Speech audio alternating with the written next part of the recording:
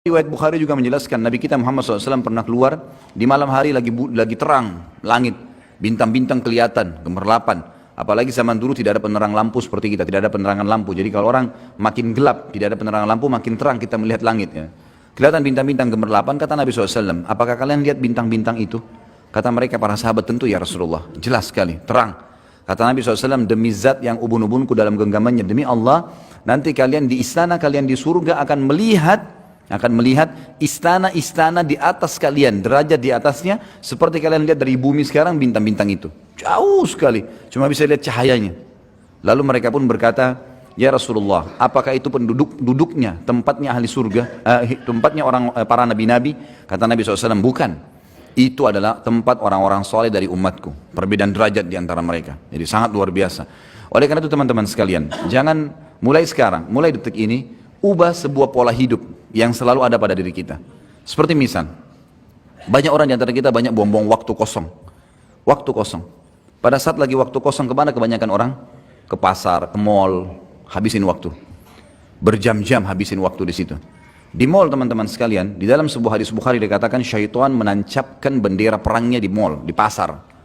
Itu tempatnya. Dan kata Nabi SAW, makin tanda-tanda hari kiamat adalah banyaknya pasar bersebelahan. Banyak. Antum bukan tidak boleh masuk pasar, boleh masuk pasar, tapi bukan program hidup.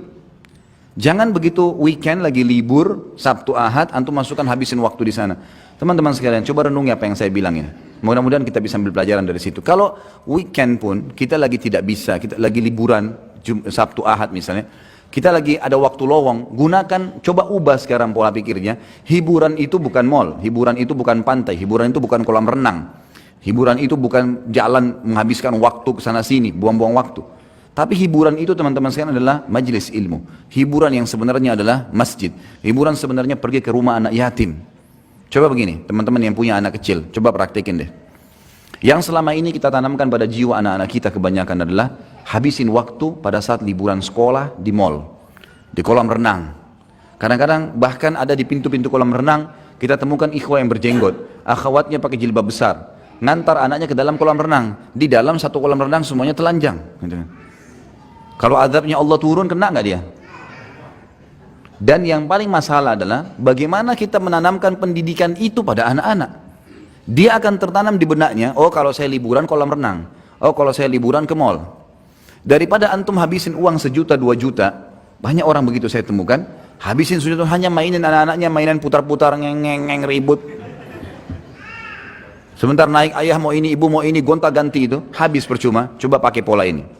Uang yang 1 juta yang antum gunakan untuk habisin waktu tamasya, coba beli beras setengah kilo, bungkusin, bawa anak-anak di mobil, di kendaraan antum lalu bilang, nah ayah sama ibu mau bawa kamu ke tempat yang paling menyenangkan. Apa itu ayah? Apa itu bu? Mall? Nanti lihat aja sendiri. Bawa ke panti asuhan.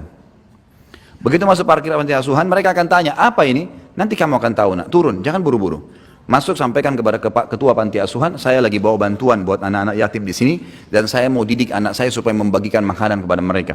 Tolong dikumpulin semua, kumpulin. Kemudian bilang, nak, tunjuk. Ini anak-anak yatim sekarang. Yatim itu artinya tidak ada ayahnya. Lihat bagaimana ngumpul mereka di satu tempat seperti ini, makanan pun mereka makan rame-rame, mereka tidak bisa minta lebih kalau sudah habis. Orang tuanya nggak ada. Kalian sekarang masih punya ayah, masih punya ibu. Ada pengen makanan tinggal buka kulkas, tinggal minta. Ini lihat orang-orang susah sekarang. Lalu kemudian ini ayah dan ibu sudah siapin bagian-bagian ini, paket, kalian yang bagiin, suruh bagiin. Bagiin ke anak-anak yatim itu, biar mereka bagi ke anak-anak yatim itu.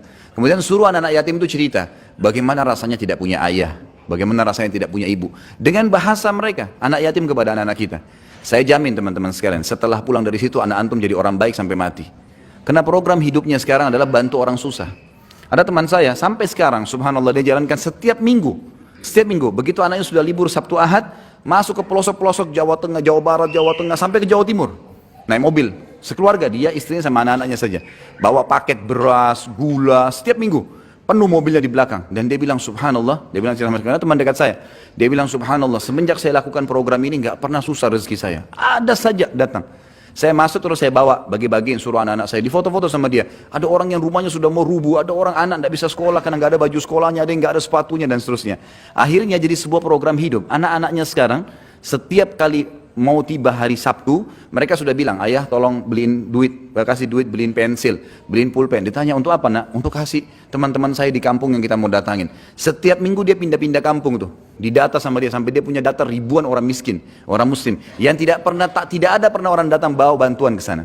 Dan anak-anaknya dari kecil sudah dilatih seperti itu. Sekarang anak-anaknya sudah mulai ada yang balik. Program hidupnya adalah kalau susah, kalau liburan pasti ke tempat-tempat ini, tempat-tempat seperti ini. Kira-kira mana yang lebih bermanfaat teman-teman sekalian? Dibawa ke panti asuhan yang mungkin orang anggap remeh seperti tadi, dengan antum bawa ke mall yang habisin waktu. Bayangkan mall itu selama antum di sana 5 jam musik terus, non-stop, dan musik haram. Yang kedua, berapa banyak orang yang terbuka auratnya? 1-2 orang saja antum wajib pungkiri, apalagi kalau 100 orang yang kita lewatin. Belum transaksi yang ada di sana, transaksi ribawi. Berapa banyak transaksi ribawi? Bukankah banyak di sana transaksi ribawi? Banyak, bank-bank sewa tempat ribawi ada, transaksi ribawi. Ada transaksi zina. Karaoke-karaokean itu siapa yang bilang bukan zina? Jelas-jelas gelap, dia makan nyanyi tapi ditemani sama lawan jenisnya. Gelap, kemudian dikatakan tidak berzina, ada transaksi zina, ada banyak hal kemungkaran. Lalu antum habisin waktu dan anak antum di situ, kira-kira bagaimana efeknya? Pintu-pintu seperti ini harus diubah. Kalau antum mau istiqamah di jalan Allah, mudah kita tersentuh kalau mendengarkan masalah surga, mau mengajak akhirat sebagai target. Memang urusan dunia harus diperkecil nih, harus dipersempit memang, nggak bisa nggak. Kalau nggak jadi masalah, jadi masalah. Jadi banyak sekali begitu, habis kalau liburan anak sekolah itu luar biasa. Sampai pernah di ikhwah-ikhwat yang dulu sama saya, Ustadz kita kalau liburan sekolah nggak tahu harus kemana. Akhirnya saya pun bawa anak saya ke pantai, bawa ke kolam renang, bawa ke sini, habis waktu. Terus saya kasih pemikiran, kenapa nggak dibawa ke panti asuhan? Kenapa nggak dibawa ke majelis ilmu? Kenapa di benak kita selalu majelis ilmu seperti ini hanya untuk orang tua? Kenapa nggak ditanamkan buat anak-anak? Sebagaimana kita bisa rasakan nyaman ilmu ada, kenapa nggak dibawa anak-anak biar dengar? Misal contoh, kan gitu. Kita ubah sekarang persepsi untuk itu. Karena memang kalau mau jadi ahli surga seperti itu teman-teman sekalian. Memang harus betul-betul menyempitkan urusan yang bisa membuat kita lalai dari surga. Bahkan bahaya dekat dengan neraka. Contoh saja program sederhana. Saya kadang-kadang kalau ke masjid saya bawa anak-anak saya. Kadang-kadang anak perempuan saya pun ikut. Pada saat masuk masjid ada celengan, saya kasih duit. Ini nak, masukin ke sana. Mereka kasih. Untuk apa abati? Dipanggil saya abati. Abati itu ayah sayang gitu. Saya bilang taruh dulu, masukin. Mereka masukin. Begitu mereka kembali, saya bilang ini masjidnya, rumahnya Allah. Itu kotak amal untuk kegiatan masjid. Biasakan kalian menyumbang. Masih kecil, 2 tahun, 3 tahun, 4 tahun, 5 tahun, anak-anak saya alhamdulillah, maka ikut. Akhirnya mereka bicara sama saya. Kalau masuk masjid, abati minta duitnya mau kasih celengan. Baik ini, kasih. Kalau lagi jalan, ada orang miskin lewat. Saya panggil, lalu saya bilang sama mereka, orang itu mendekat mobil dikasih, ini kasih. Atau saya kasih mereka uang, ini uang, buka jendela kalian kasih dari sana. Kok dikasih tadi orang itu? Lihat orang itu bajunya, lihat susahnya hidup mereka. Kalau kita membantu orang susah, maka kita akan mendapatkan karunia Allah. Kata Nabi SAW, sesungguhnya kalian diberikan rezeki justru karena orang-orang susah di antara kalian. Maka setiap saya naik mobil, kalau anak-anak saya lihat orang susah, mereka tunjuk, itu berarti orang susah tuh. Tunjuk, itu orang susah, itu orang susah. Berhenti. Baik, kasih sumbangan. Jadi tertanam dalam benak mereka itu. Kalau saya telepon lagi keluar, kemudian saya telepon tanya kabar mereka, yang saya tanya, sudah sholat atau belum nak? Pertanyaan yang penting, sholat dulu, bukan sudah makan atau belum. Sudah sholat belum nak? Keluar jangan lupa tutup aurat. Hari ini sudah hafal surah apa nak? Oh surah ini ya, baik, berarti mau dengar, coba baca deh. Baca, mereka semangat karena orang tuanya selalu tanya. Jadi itu yang kita hidupkan dalam suasana mereka. Kalau ini, antum sedang mencetak kader-kader Rabbani. Ini yang dekat dengan Allah SWT dan ini menjadi aset amal jariah. Daripada kita buang-buang waktu, kita sendiri buang waktu, anak istri juga buang waktu, nggak ada gunanya. Nggak ada manfaatnya. Saya bicarakan dengan istri saya, kalau sesuatu yang penting mendesak baru masuk ke mall. Kalau tidak, jangan. Kalau darurat sekali baru. Bukan tidak boleh ya, tapi kalau darurat. Tapi kalau tidak, untuk apa habisin waktu? Seperti nanti kalau Ramadan tiba, ada orang habisin waktu. Dari pagi sampai tunggu buka puasa. Kenapa ini? Ada orang tidur dari pagi sampai menjelang buka puasa, cuma bangun sholat tidur lagi. Ini puasanya cuma setengah jam. Menjelang buka puasa baru bangun. Apa ini teman-teman sekalian? Di zaman Nabi SAW orang kalau lagi puasa jihad. Perang Badar di musim Ramadan. Ramadan pertama mereka tidak buka puasa padahal musafir gitu kan. Berperang dalam kondisi puasa. Jadi memang harus kita membentuk pribadi-pribadi yang menuju ke surga memang. Sehingga hawa nafsu dunia ini akan ditinggalkan. Karena kalau tidak kita berbahaya. Kita akan terbawa manusia lemah. Manusia lemah. Orang kalau nonton film Hollywood, Bollywood 1 jam, 2 jam pasti enak, nggak mungkin nggak enak. Orang yang dipanggil dan didatangkan artis yang hebat, laki-lakinya pintar action, perempuannya pintar action, semua gagah, semua cantik, lalu dinonton, pastilah enak. Tapi masalahnya merusak hati, gitu kan? Merusak. Sulit kita mau bangun sholat malam setelah tonton film-film begini, nggak bisa. Tapi kalau kita memang mengaji, memang taklim, memang larinya ke ibadah, maka akan terbentuk.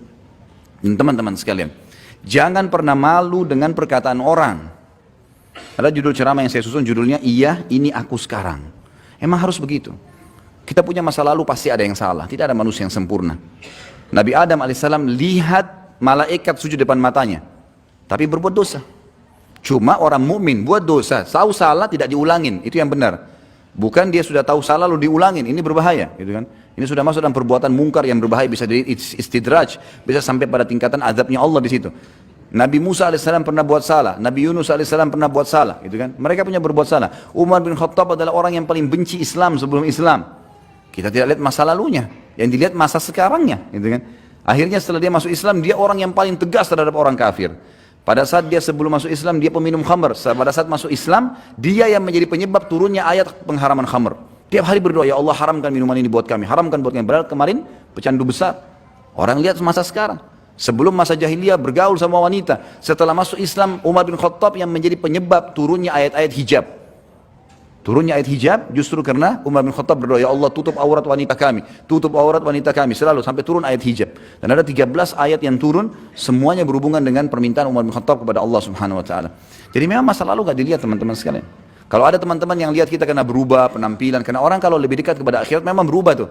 Lebih tenang, jalannya lebih teratur, lebih tawadhu, lebih merendah, kata-katanya lebih santun, selalu mau berbuat baik, membela orang yang sedang terzalimi. Kita selalu begitu, terbawa dengan arus ingin mengejar pahala dan takut berbuat dosa. Itu wajar, orang akhirat begitu. Nanti akan ada olok-olok tuh. Kamu alim ya sekarang, kamu begini ya, kamu begitu ya. Jawab, iya, ini aku sekarang. Dulu ya dulu.